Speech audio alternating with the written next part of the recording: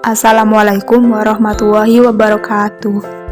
Di sini saya dan kelompok saya akan menjelaskan tentang cara mengatasi dampak-dampak pembakaran hidrokarbon. Yuk simak videonya sampai akhir.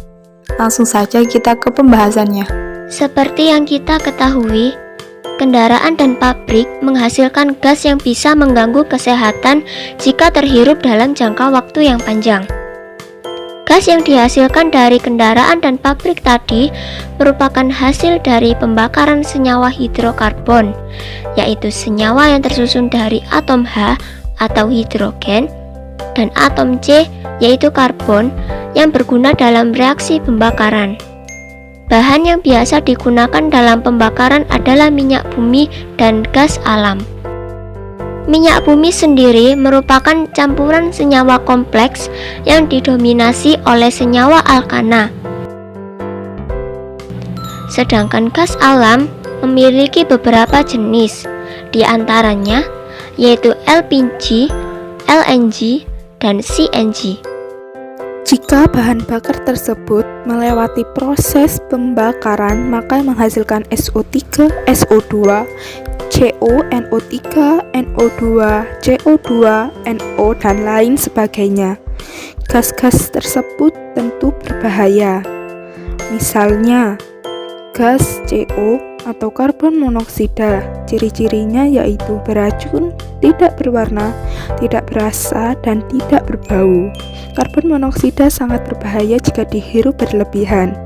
Lalu ada NO dan NO2, di mana campuran kedua senyawa ini ditandai dengan lambang NOx.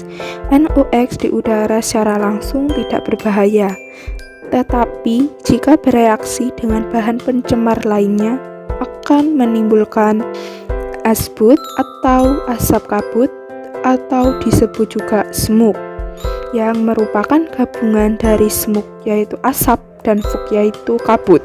Akibatnya yaitu berkurangnya daya pandang, iritasi pada mata, iritasi pada saluran pernafasan, dan menjadikan tanaman layu. Apakah membuat orang pingsan ataupun merusak sistem pernafasan? Peningkatan konsentrasi CO2 di udara ini jika melebihi harga normal akan mengakibatkan global warming. Global warming merupakan di mana keadaan bumi memanas akibat emisi gas rumah kaca, seperti CO2 tadi, berguna untuk merangkap panas dari matahari. Gas rumah kaca ini sebenarnya baik dalam keadaan yang normal, menghangatkan bumi kita akan, tetapi jika jumlahnya terlalu banyak akan terdampak buruk pada kelangsungan makhluk hidup. Dan dampak yang disebutkan berikut, kita bisa sadar untuk mengambil tindakan untuk mengurangi pembakaran senyawa hidrokarbon. Cara yang kedua, kita tidak hanya bisa menggunakan sampah untuk bahan bakar pembangkit listrik, tetapi kita bisa menggunakan bioetanol sebagai pengganti bensin. Bioetanol berasal dari tumbuhan, tetapi bisa digunakan sebagai bahan bakar kendaraan, entah itu murni atau dicampur dengan bensin.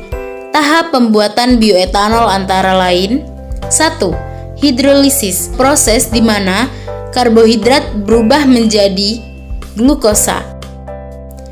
Yang kedua, fermentasi atau proses di mana gula menjadi etanol atau CO2.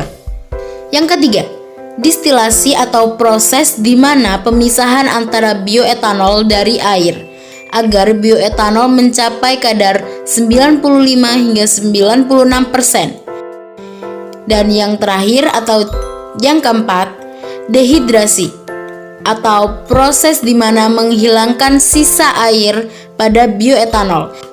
Cara yang ketiga, kita bisa menggunakan biodiesel sebagai pengganti solar.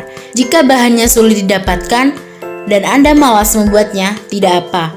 Anda bisa menggunakan sepeda atau jalan kaki.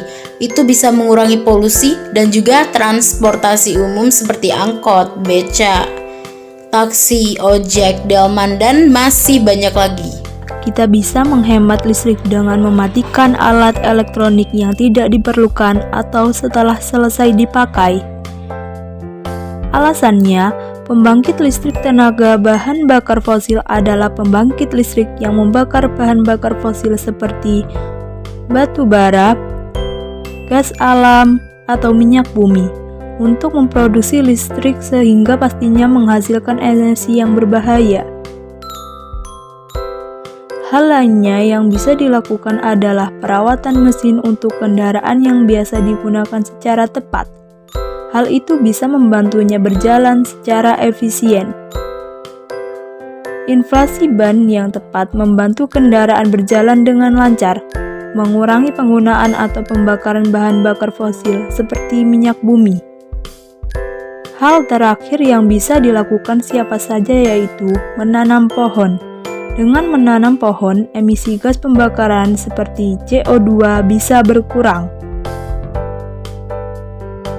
Alasan kelompok saya memilih video ini. Mengapa harus video ini? Karena video ini dapat menjelaskan dengan rinci cara-cara mengatasi dampak pembakaran hidrokarbon.